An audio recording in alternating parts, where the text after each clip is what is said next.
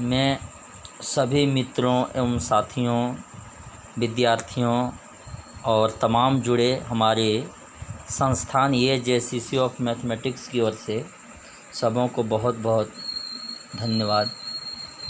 मैं दोस्तों आप लोग के बीच जो है क्लास 10th का 10वीं क्लास का विज्ञान का चैप्टर जो है 10th लेकर आप लोग के बीच में अभी प्रवेश करेंगे।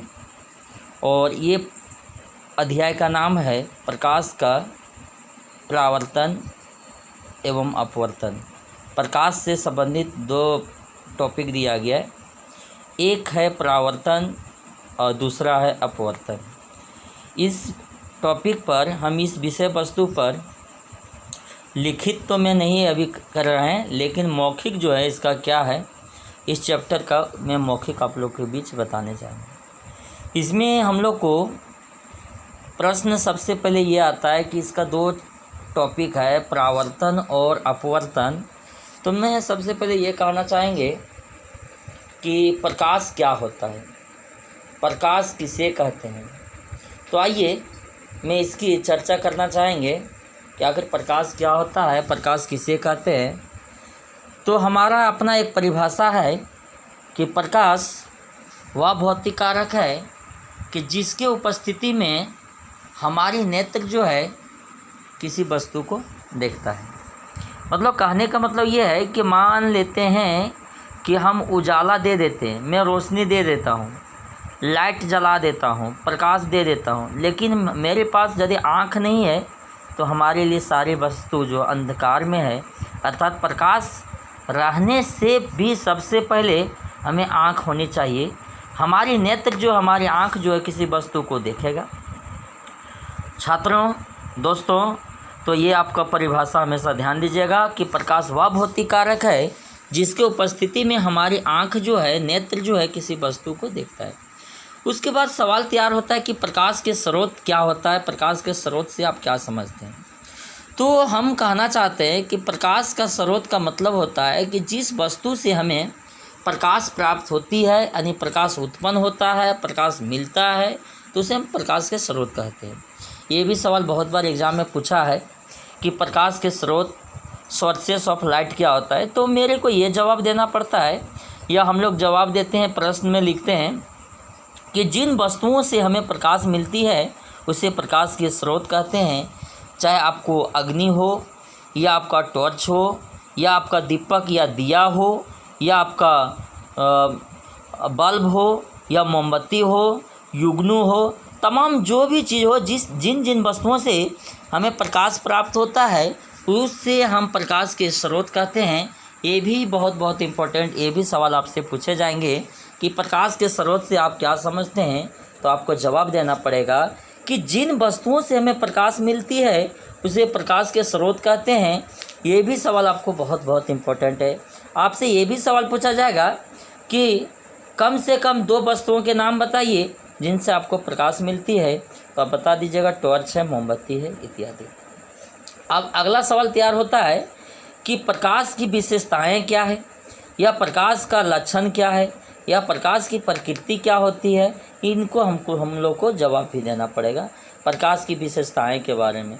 तो पहला पॉइंट हम देना चाहते हैं, पहला विशेषता कि प्रकाश एक ऊर्जा है जो विद्युत चुंबकीय तरंगों के रूप में गमन करती है, यानी चलती है।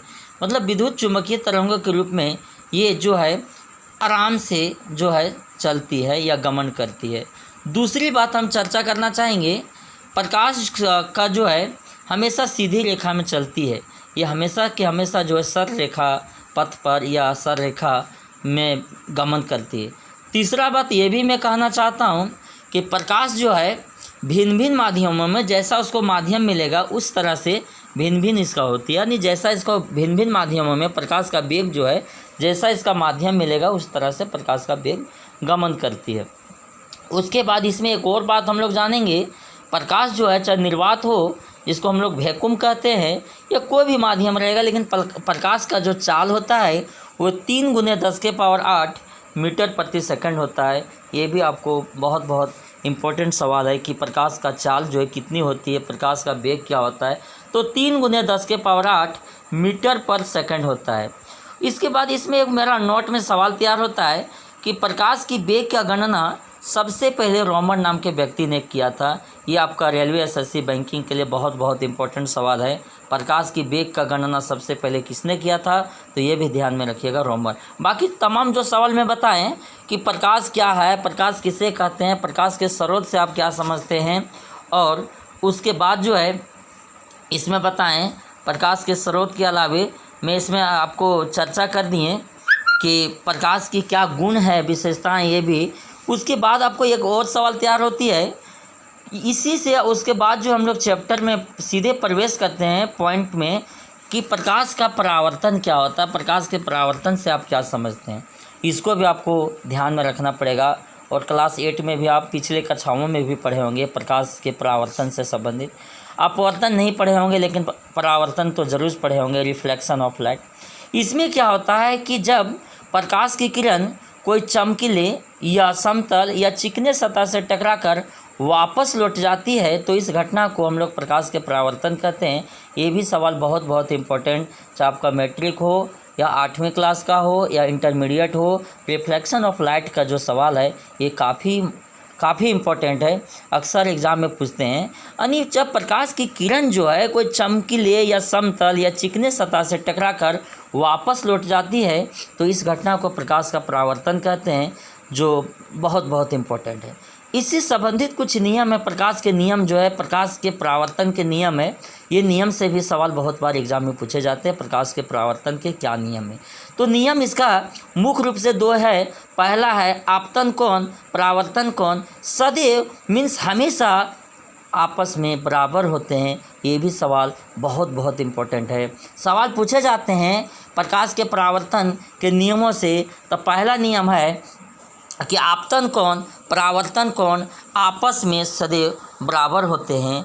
और इसको हम बोल सकते हैं अर्थात कोण आई बराबर कोण आर, यानी कोण आई का मतलब हो गया इंसिडेंट रे जिसको बोलता है आपतन कोण, और या इंसिडेंट एंगल, और उसके बाद रिफ्रैक्टेड एंगल जिसको हम लोग परावर्तन कोण कहते हैं। ये भी सवाल जो है बहुत बहुत इम्पोर्टेंट है। दूसरा बात इसी का नियम से प्रकाश के परावर्तन का नियम का दूसरा बात है कि आपतित किरण परावर्तित किरण तथा आपतन बिंदु पर डाले गए अभिलंब, ये दोनों जो है या तीनों एक ही तल पर होते हैं। आपतित किरण, परावर्तित किरण तथा आपतन बिंदु पर डाले गए अभिलंब, ये जो है एक ही तल पर होते हैं, एक ही बिंदु पर होते हैं। उसके बाद हमारा एक चित्र तैयार होता है जो मैं लिखित में वो भेज देंगे कि इसका चित्र किस टाइप का है, लेकिन मैं आपके लिए जो यहाँ मैं डाल दे रहा हूँ। और इसके बाद जो है मेरा इसमें सीधा मैं टॉपिक में आ जाता हूँ। इससे संबंधित जो है दर्पण से संबंधित, दर्पण भी 2 प्रकार का होता है। एक गोलीय दर्पण होता है, दूसरा जो है समतल दर्पण होता है। और गोलीय दर्पण का 2 प्रकार होता है, उत्तल दर्पण और अवतल दर्पण। ये भी आपको जानना पड़ेगा। तो आइए दर्पण से संबंधित मैं 2 बात उठा, उत्तल, अवतल और समतल। तो मैं इसका वीडियो जो नेक्स्ट दिन में दर्पण से संबंधित लेकर इसका लेक्चर नेक्स्ट दिन में मैं दे दूंगा। लेकिन आप लोग को ध्यान रहे कि AJCC ऑफ मैथमेटिक्स चैनल को सब्सक्राइब करें, लाइक करें, कमेंट करें। आपको प्रत्येक दिन जो है वीडियो जो भी आपका पढ़ाई से संबंधित हो, चाहे आपका क्लास का हो या आपका कंपटीशन प्रतियोगिता का हो, आपको बराबर देते रहेंगे। और जहाँ तक प्रयास करेंगे कि पढ़ाई के साथ साथ आप लोग को जिस टॉपिक का रहेगा उसका मैं ट्रिक्स या टिप्स के माध्यम से भेजने का प्रयास करेंगे। और हमारे चैनल अभी तक आप लोग सब्सक्राइब नहीं किए होंगे तो प्लीज़ सब्सक्राइब कर दें। आपको प्रत्येक दिन हमारे चैनल के माध्यम से आपको जो भी समस्या होगा हमारे चैनल के माध्यम में कमेंट कर दें, आपको हमेशा उस पर बनाने के लिए तत्पर रहेंगे। धन्यवाद। जय हिंद, जय भारत।